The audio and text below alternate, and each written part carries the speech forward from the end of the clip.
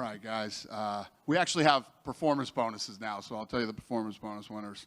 On the undercard, when you guys weren't here, Amir Nuruddin and Austin Turpin, they both won. Waylon Frost, Alan Klingbeil,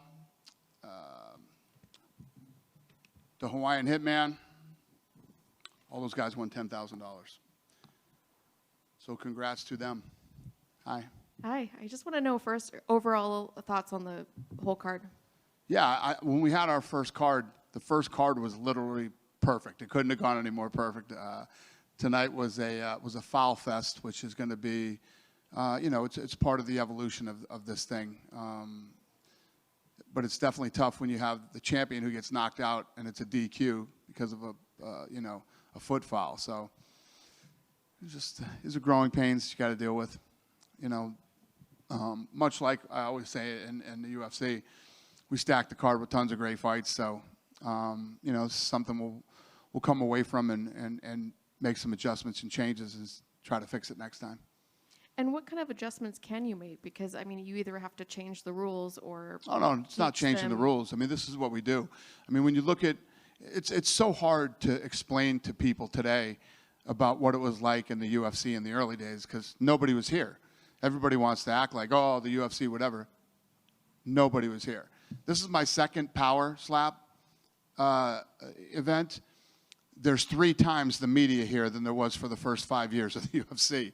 Okay, so to try to explain the stuff that we had to go through back in those days, it was much more difficult. This is much less difficult. We'll figure this stuff out. I went through COVID. We'll figure this out. What was the biggest win of the night for you? It didn't necessarily mean a match, but maybe production or what? Yeah, would you say? Not a match. I mean, it could be whatever you think was your highlight of the event. Well, I would say tonight, and it was something that I talked to you guys earlier. I'd say there were a bunch of wins. The stream again was massive. We're gonna pull millions of viewers tonight. The sweepstakes that we did, which is big. I saw as usual people talking shit. So we do sweepstakes with the UFC all the time. It's nothing new. This isn't anything different than what we do in the UFC. We did 115,000.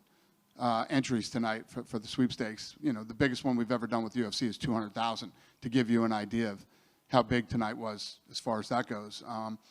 There were lots of great fights tonight. There's guys out there, like I'll tell you right now, obviously DeBell, that guy's legit. He's young, he's 21 years old, he's got an incredible chin, and he beat Wolverine tonight, who's never been knocked down in like 12 or 13 fights. And he dropped him tonight and hurt him a couple times.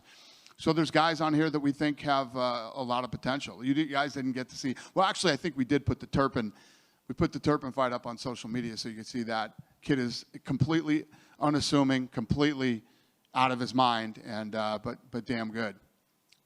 Is that an element, do you think, that makes a really good slap fighter, being a little bit out of your mind? Yeah, I think that's part of being a fighter, period. No matter what combat sport you're in, you have to be a little out of your mind, yeah. Do you have an update on Abu Dhabi when that will start filming, when we could possibly see season 2? Well, what we want is we're going to have boots on the ground in July, meaning the production team out there finding out where we're going to stay, where we're going to shoot, what we're going to do. So I'm looking for early July.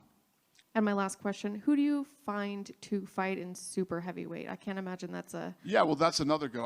Obviously tonight was a big night with the Hawaiian Hitman winning, a legit super heavyweight guy. Trust me when I tell you we will, and we'll find even more after season 2. Because when we start casting globally and finding people from around the world, we're going to find some bad dudes, some big dudes too. Thank you. Thank you. Hey, Dana. Yeah. Was it disappointing not having Chris Thomas on the card tonight? Yeah, it was very disappointing. He's fun. He's explosive. He's exciting. Yeah. But again, it's part of the growing pains when you're trying to build something new. With all the suspensions that came up, I guess no one really asked your thoughts on it. But is that going to be going forward just testing for, I guess, drugs and everything? Yeah, I think the commission pre-tested this time, didn't they? Yeah, they're all over us. So they pre-tested this time. For every event, is the goal to have every single belt defended? Yeah, yeah, absolutely. Gotcha. Thank you. Yep. Go ahead, brother. Corey Sawyer, Slap News. Dana, so we have Wednesday night for Power Slap number 2. How did that come about, and do you intend it to be on Wednesday going forward? Yeah, we like Wednesdays. You know, when we first started the UFC, we had to go on Fridays because boxing was so big. Then we eventually took over Saturdays. But when you think about it, there's always, first of all, Friday night, people are going out. Saturday night is, you know, boxing or UFC. And Sunday night is WWE, and Monday night is WWE. So Wednesday night works really well for us because, and could this have worked out any better? There's no other sports on tonight except for us, the way that the playoffs worked out. And I told you guys before, this is incredible on social media. It's great to bet on, and it works in bars. And when do bars need content more than a Wednesday night? Fucking awesome for Wednesday. Absolutely. I mean, you touched on the social numbers. Does the business model for Power Slap differ from that of the UFC? Well, I think the different thing about this than UFC and any other sport is this thing is being built on the internet.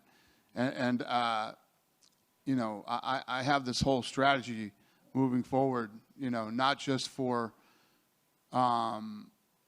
this, but Throw One and the UFC. I mean, everything's going internet. I mean, the media continues, you know, to try to stomp on Power Slap. Do you have Right. anything that you want to say to the media after another successful event here tonight? I don't give a shit. You know what I mean? If you saw what was here tonight, I'm more into social media than media.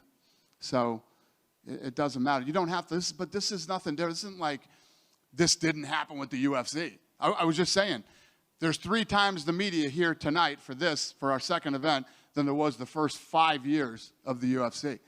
I mean, I even remember going into the Ultimate Fighter, and you know, there were actually MMA magazines and shit like that at the time that didn't cover the Ultimate Fighter, you know, which ended up being the biggest thing, you know, literally the launching pad for the UFC, and pulled massive numbers at that time. And the MMA media didn't even cover that back in the day. So this is not anything that I'm not used to. Awesome. You know, we got to see the super heavyweight. Any chance that we'll see a 155 or a women's category anytime soon? Yeah, I mean, we'll see a women's division probably before a lighter division. But like I was just saying with Amy, we got a lot of shit we got to work out before we start thinking about, you know, expansion. We got to get this thing dialed in and work on some of the problems that happened tonight. But the thing is, when you're building a new sport, how many were any of you here when we did the test run in March? No, I think like Kevin Ioli and Morgan and those guys were there. But if you look at how far we've come from last March when we did the first test to, you know, we tried to perfect things during the season of Road to the Title. Then the finale went off, you know, better than anything we'd ever done. And then tonight we hit some things that hadn't popped up yet. And we'll work on that. We'll go back to the drawing board and fix that shit and try to make the next one. The one thing that you have to understand is we do lots of bells and whistles. I always say I'm the bells and whistles guy. When everything starts happening live, you have literally no control over what happens live. So what we do from here is we try to control the uncontrollable in the future. Things that we didn't think could happen, things that pop up that you don't expect, and you just try to get better every time you put on an event. One last question. What was the biggest highlight of the night for you here today? The biggest highlight? Obviously, there was a lot of hype around the Slap for Cash and Hawaiian Hitman fight, so that was fun. Seeing that the bell is as legit as he is, because you know how tough Wolverine is. You saw it again tonight. It's interesting to see, you know, the question was, would Vern's chin hold up tonight? And what's interesting, too, is going into this, when we started, Darius the Destroyer was the best slapper in the world. So you're already starting to see the thing evolve. And now, like I told you guys, there's real money in this thing now. These kids can actually make some real money. There's already bonuses, and it's just going to get bigger every event we do. And then I'm so high on season 2. I just think coming out of season 2, that finale, and then the guys that win that finale and face the guys that are here now, it's all going to be big. Appreciate it. Thank you. Thank you. Hey Dana, buddy. Dominic with Power Slap News. We saw the first title defenses today. What is the Power Slap belt progression like? Are these guys getting rubies, sapphires, maybe diamonds for that diamond chin? Yeah, let me tell you this. I was very disappointed in the belt tonight. Okay, the belt's one of the things that we need to fix. I put it on AJ, and the fucking thing popped right off him. And then I couldn't even put it on DeBell. It didn't fit him. So yeah, we had belt issues tonight. Diamonds and rubies and shit are the least of our fucking worries with the belt right now. We got bigger fucking problems, like putting it on the guy and it actually stays. Let's start there, and then we'll start thinking about diamonds and rubies and shit. Super heavyweights. You guys brought in the world's strongest men to catch. Are we going to possibly see some of these world's strongest men slapping in the future? I don't know. I think you'll see people from all different types of places slapping. But yeah, we obviously listen. When Slap for Cash was almost 500 pounds, when he went down, they laid him down pretty softly. It was good to have those guys. Forrest missed a kid that weighed like 170 tonight. I wouldn't want to put that on poor Forrest. Thank you, Dana. Thanks, buddy. Dana, over What's here. up?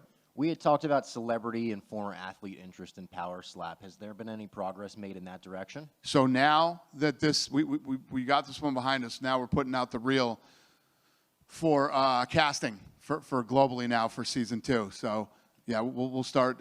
Actually, how many? Where's Frank? How many do we already have without even casting that have? 2,500 applicants, and we haven't even put out a reel yet for contestants for season 2. We already have 2,500 people that are trying to get in. Is celebrity something that you want to make Celebs? focus? Yeah. You know what I want. I want guys that actually want to do this for a living and want to be the best in the world. Do I think that celebs will pop up here and there? Yes, I do. Any truth to the rumors that you've ended your friendship with Barstool Sports? No, that's not true. Listen, what I said today on Pat McAfee was not about Barstool Sports. It was about Penn Gaming. Okay. It was about Penn Gaming. And basically what I'm saying is when you build a company like Barstool Sports the way that it was built with a guy like Dave Portnoy, once you get a bunch of suits involved and these guys, it just changes the dynamic of the whole thing. Ask Vice.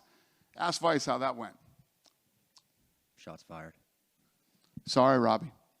You guys done with me? Have a great night. Thanks for coming. I appreciate you guys.